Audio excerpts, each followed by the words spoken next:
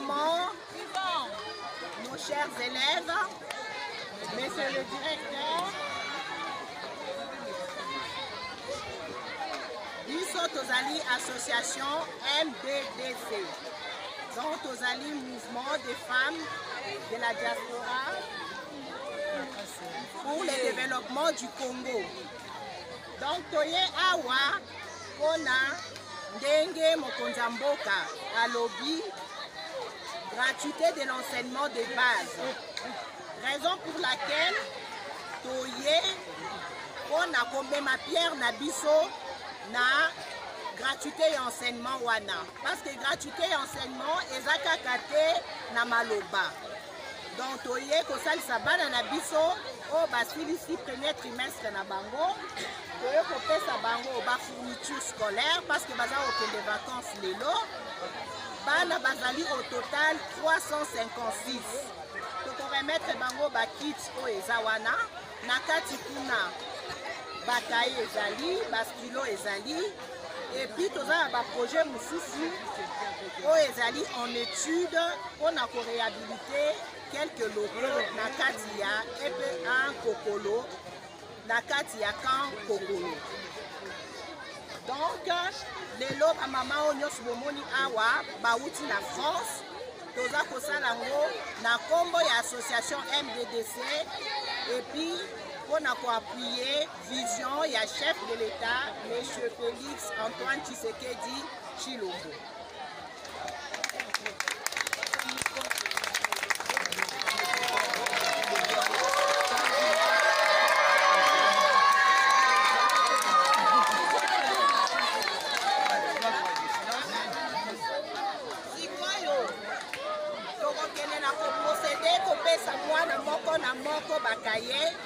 Et puis ma représentante na biso MDDC à Kinshasa bakotika la mpona ko continuer cérémonie parce que tozali susu na banzela milai.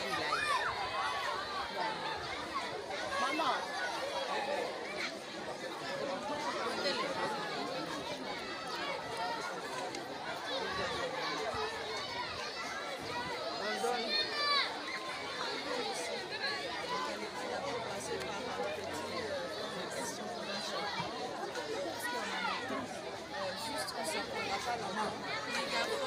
tu recommences. On va te recommencer. Alors. Déjà, allez-y. Nos chers enfants,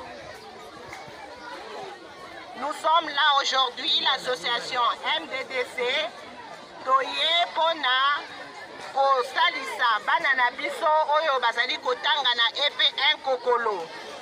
Mokonzi ya mboka, M. Félix Antoine Tshisekedi Tshilombo, a sali gratuité de l'enseignement de base.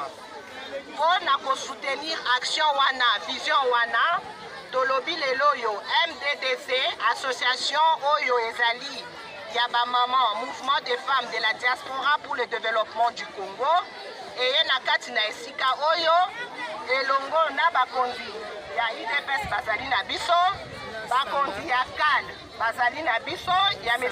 Kiyundo Ndoboni, association Sankasa ezali ko accompagner biso, ba directeur bazali, ba mère de famille bazali. Donc toye awa ko pesa bana bakaye lelo bazali ko kende vacances, fourniture scolaire, mususu bana mususu bazasu na bakaye te, yango toye ko kabola 356 kits pona bana ya EP1 Kokolo. Moi misala ezali ebele tokotala eloko nini oya kosala pona toujours ko appuyer vision ya président de la République elongo moko na maman Denise Yakeru Tshisekedi. Bongo te.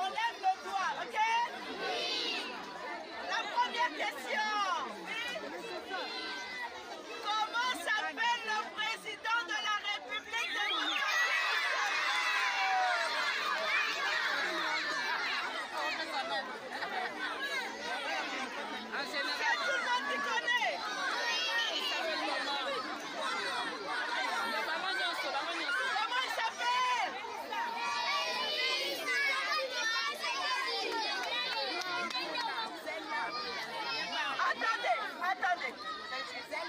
Celle qui se passe là. Répète. Silence. Il s'appelle comment?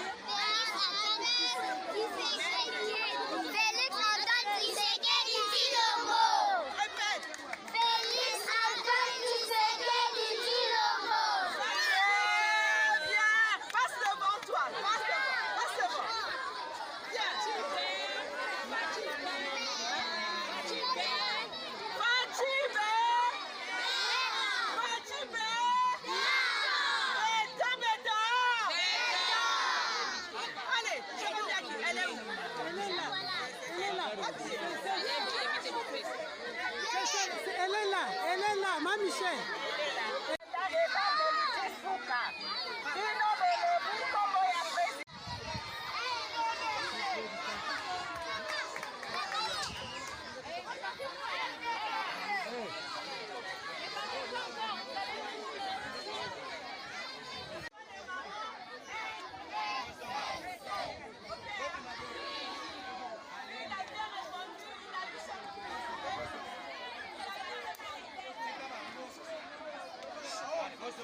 Maman Anto, bonjour. Bonjour, Papi Kamouas. Vous êtes dans le camp Kokoloawa, na évité position de nos alliés. Position de nos alliés, nous avons un projet belé pour soutenir le président de la République dans enseignement gratuit en place. Donc, nous avons rénové un peu la classe. Bon, le jour où nous avons vraiment compté,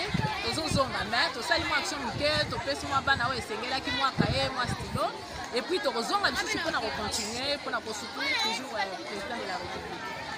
Bon, la réunion pour renouveler les toitures, pour repeindre les bâtiments.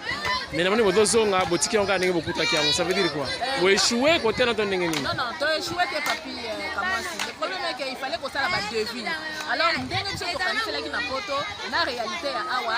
Et banalité. Non, c'est deux choses différentes. Donc, ça veut dire que là, on a l'association MDDC, tous appels sous Awa na Kishasa. Tous la maman Awa, on continuer à la défi na biso, on continue la biso. Pour y avoir un problème, pour rénover l'école na biso, ya bana na biso ya école primaire. Ok, message de M. Ezali. Message de M. Sou, nous avons remercié le président de la UDPS, le président Tim, qui a accompagné le président Fiyun Dodoboni, qui a soutenir le président de la République dans ma campagne sur l'action de Sala. Merci encore au président Fiyun, et puis merci à ma maman, à ma maman, Bazaki de Séromakasi et ses pétitions. Prenez votre doigt et puis vous venez devant et puis on va vous distribuer ce qu'on a à vous distribuer, ok? Oui! D'accord. Charlie Foussadi.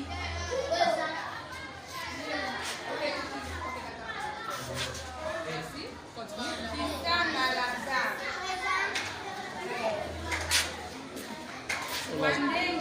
Lazare à moi aussi. Lazare. Benamini Baza. Elle est pas là? Benamini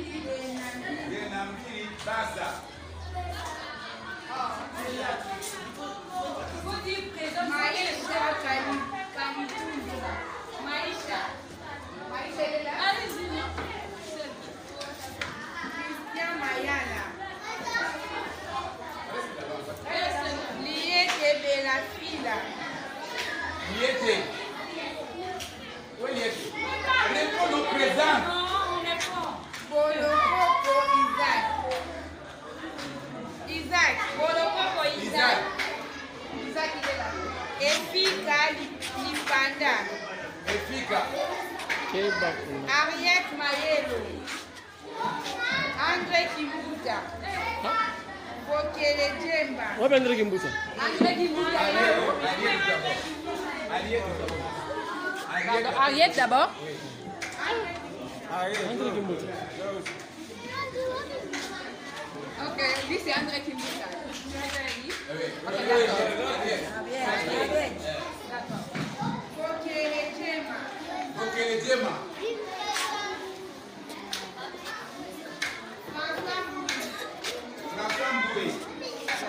Françoise.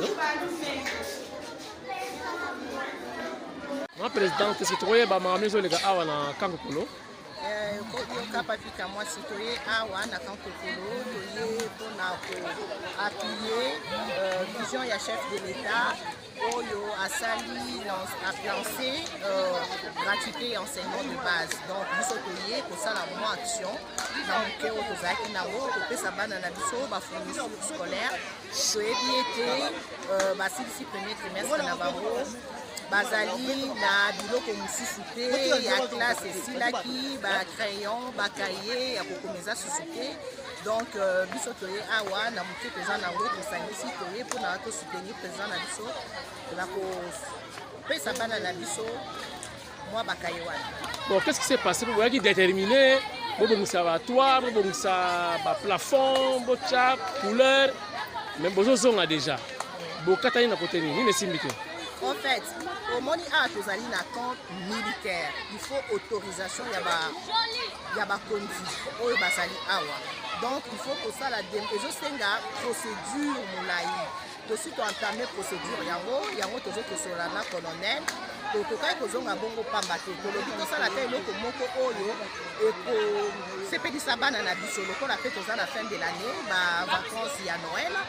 Bana mingi kotunaki directeur bana mingi bakaye esilaki lokola mokonzi ya mboka afuteli bana ndenge alobi gratuité de l'enseignement de base bana bakotaki ofele vrai mais baparent mingi bazali na mbongo te osombela bana bakaye ce qui fait que bango bazalaki nango bakaye mosusu esilaki. Donc biso totunaki tolobi eloko nini tokosala babiboyela bango bakaye bastilo baosepela bomoni bana ebele topesi bango bakaye bastilo tosali plus de 358 kits oyo toremettre bana baza na esengo mingi. Projet esili te ezali en étude tala baeta oyo école ezali tomoni yango. Donc eza na kati ya étude makambo malamu ezoya. Ok, vous avez un message particulier à relancer? En tout cas, message naza ko lancer ezaki koyebisa bandeko na biso bao bazali awa na Kinshasa bazali na diaspora boya tosala musala tosangisa moke oyo toza nango mpona kosoutenir misala oyo. Bien sûr, président de la République azali ko réhabiliter ba école mais biso toza na poto kuna soki opesi 10 euros 20 euros 30 euros mosala ekosalama tokotia bapeinture bana bazofanda na se. Donc nasengi appel na bandeko nyonso ya bonne volonté, tous ceux-là qui aiment le Congo, qui sont en faveur du développement ya Congo ba apporter pierre na bango na kopesa mwa moke tosunga bana na biso batanga na bacondition moko ya malamu. Bacondition ezali mpona kokota na MDCC. Mpona kokota na MDDC, Mouvement de femmes de la diaspora pour le développement du Congo, condition ezali kaka moko, avoir l'amour du pays, aimer le Congo, kolinga Congo, kolinga pe béton, kolinga pe fachi, kolinga Congo, kolinga président na biso, parce que oyo tozali kosala tozosala mpona président na biso de la République ozomona azala mosala ebele. Donc au lieu tosalaka ba Western Union topesaka bato basalaka boye tosunga président de la République, tosunga mama Denise Nyakeru mpe na mosala oyo, c'est-à-dire moke toza nango tosungana topesa tosala misala mpona bana na biso batala na condition malamu. Président de la République ye moko osala nyonso te akosala nyonso te tosunga ye na moke toza nango mboka na biso ekende liboso. Voilà message oyo naza na yango. Merci.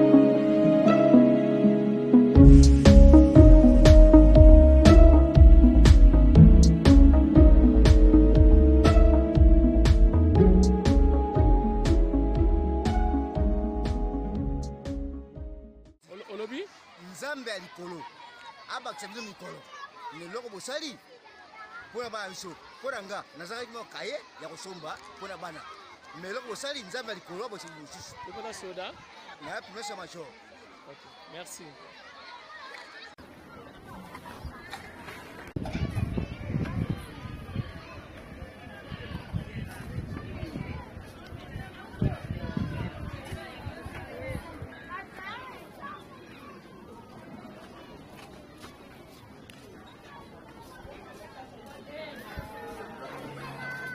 Oyo ba mama ya MDDC, ba mama ya Paris, bomba bomba mabe, bazoleka na tindika télévision, batiki poto esika propriété ezali, batiki bomengo, batiki beefsteak, batiki ba saucisse, bandimi koya kosalisa bandeko na ba congolais botala esika tozali oyo aveni Ngaliema.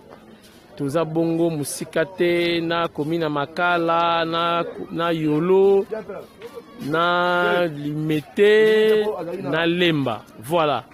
Donc ba mama oyo bandimi koniata poto bandimi koniata salite koya kotala bandeko na biso ba tobengaka bandundu barbinos oyo bazali ba encadraka bango awa esika bomoni awa botala ndenge ba mama oyo bandimi pasi bandimi poto bandimi kosote baye kotala bana na biso oyo bazali na problème ya poso tobengaka bandundu barbinos batiki poto balobi fito soutenir chef de l'État.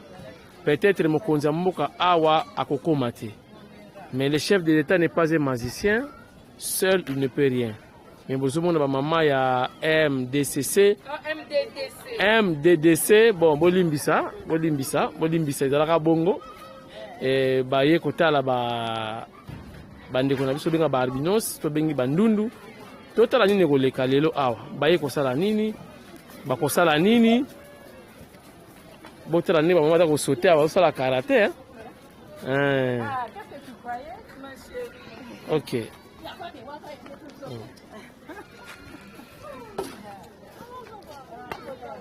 Tout la kolo budget dans sauté avec tapé nzango maman j'ai tout ntumba maman ntumba j'ai tout azo sauté bazali OK bon peut la force.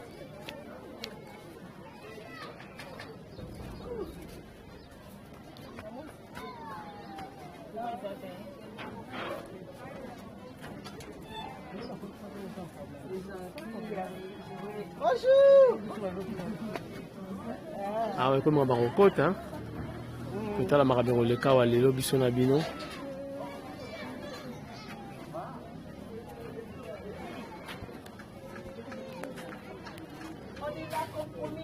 C'est ça. Bonjour. Bonjour madame.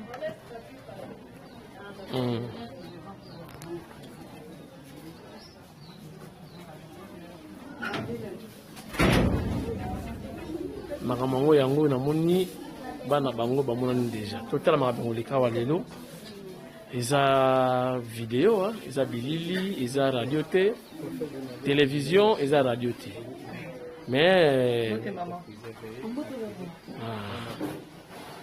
Papa Mbote. Bonjour maman. Bonjour. Merci. Bonjour les enfants.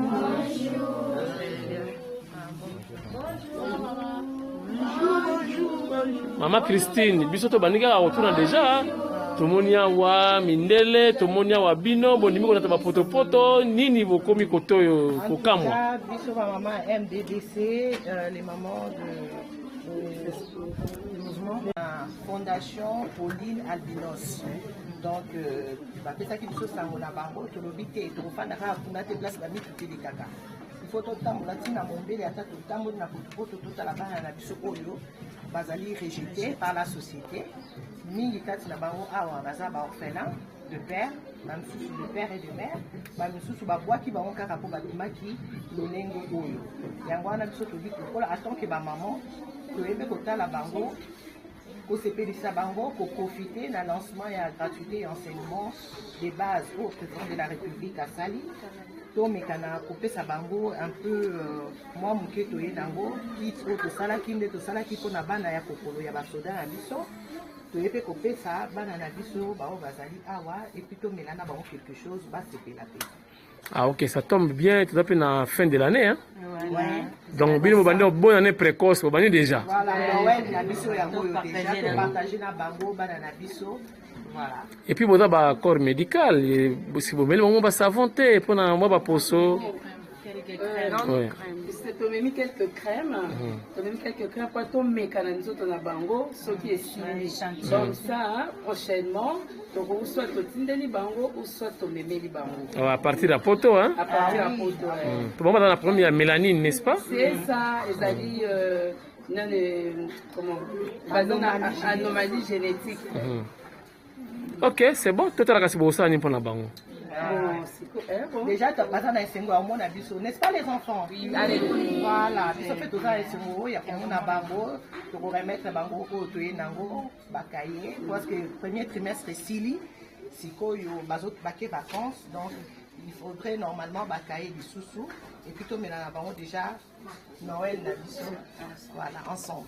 Voilà, Tindika donc accompagné, nous tout à l'heure, où est-ce que Merci. Voilà.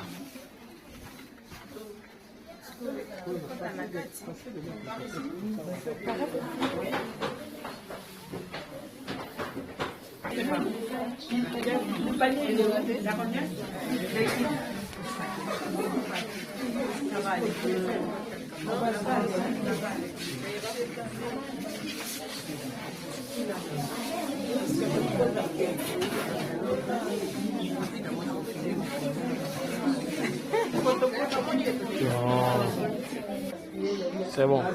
Tu t'appelles comment? Delson? Tu as quel âge? 6 ans. Tu vas à l'école? Et comment s'appelle ton enseignant? D'accord. Tu es content d'aller à l'école? Très bien. Et là, tu es content de nous voir? Oui. Tu sais qui on est? Ah bon? Tu sais pas? Les mamans qui sont à Paris, ils sont venus nous voir. Tu vas t'en souvenir? Très bien, allez.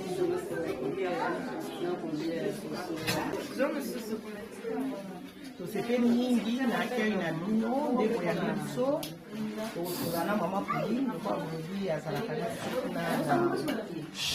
na poto oyoki oyo nyonso bolisi biso donc bamama likati na so toza na bainfirmière baye na bacrème baomeka bana na nzoto bamona ndenge kosala soki répondre bien donc mama na biso ya affaire sociale aza wana mama Lili Kalinga akosokipe nango d'accord tosoba na mama Pauline lelo tosalisi na moke tozalaki nango eza mosala na biso nyonso continue bandeko mpe baomona bino na bililingi tokopesa bino bango adresse ya awa mpona mpe basunga bana toyokiki bana tosepeli na bino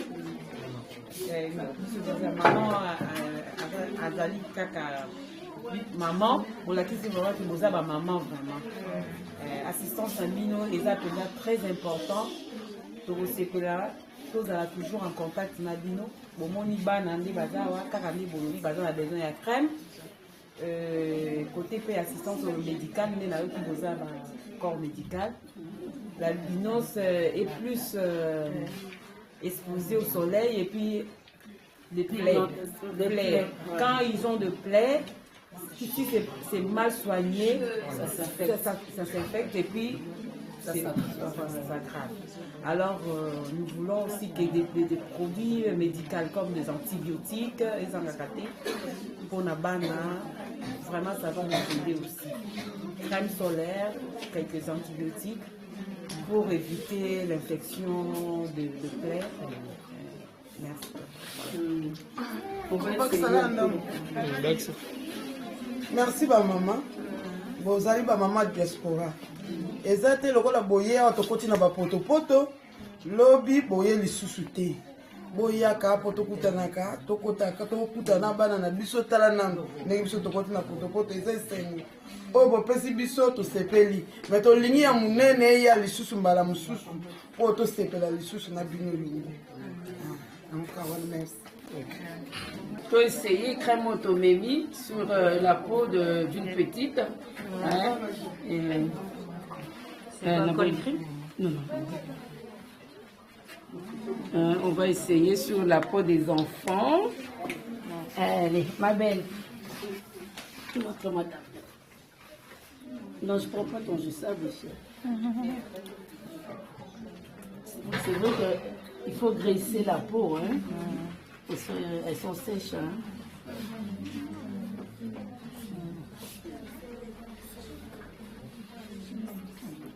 Je vais essayer sur... Donnez-moi le bras. C'est sec.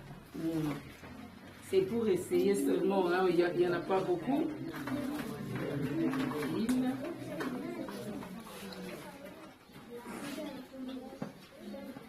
Il faut nourrir la peau. Ça, trop la mine, la bien fine. C'est pour l'anti-soleil. Oui, c'est pour, il faut toujours graisser la peau. Hein? C'est pas l'anti-soleil, pour les écrous. Ouais. Graisser et puis ça nourrit. Ça nourrit la peau. On va une crème préventive. C'est contre tout ce qui est brûlure, tout ça, ça brûle, voilà. Bon, on vous le laisse. Ouais, on pensera à ça. S'il y a des gens qui viennent, on passera à remettre les enfants. Est-ce qu'elle est mignonne? Nous autres, nous sommes ici sur place, donc nous représentons les mamans de MDDC de la France. Et donc, à tout moment, nous serons en contact avec nos enfants, puisqu'ils nous appartiennent. C'est tout ça, maman. Donc, toutes les fois que les enfants seront dans le besoin de quoi que ce soit, bazali na ba encadreur na bango, ba papa na ba maman, totikala kaka en contact obanda kosolola, koyeba ndenge nini yango kosala soki produit eye mpona koya bana, tokobanda kobenga bino tokutani ou bien toyeya sur place totali bana totikeli bango baproduit na bango. Soki babesoin mike mike ezali totikaka en contact boyebisi biso toyebi lolenge nini yango kokomisa maloba na bamama ya MDDC oyo bazali na France bango nde sikoyo nde bakopesa ngai suite na koya ti na esika oyo tokoyeba lolenge nini yango kosala me toza na esengo makasi ya kokóma na bisika oyo nkolo azwa lokola kaka ndenge bamama bauti koloba mama présidente alobi maître Michel alobi donc tokei nango vraimen na motema tomosani te tokei tozonga epuis toza na bamama na biso awa bakozala mpe présente na bana na biso tomoni bango en tout cas tosepeli makasi tokobosanaka bango te nzambe azwa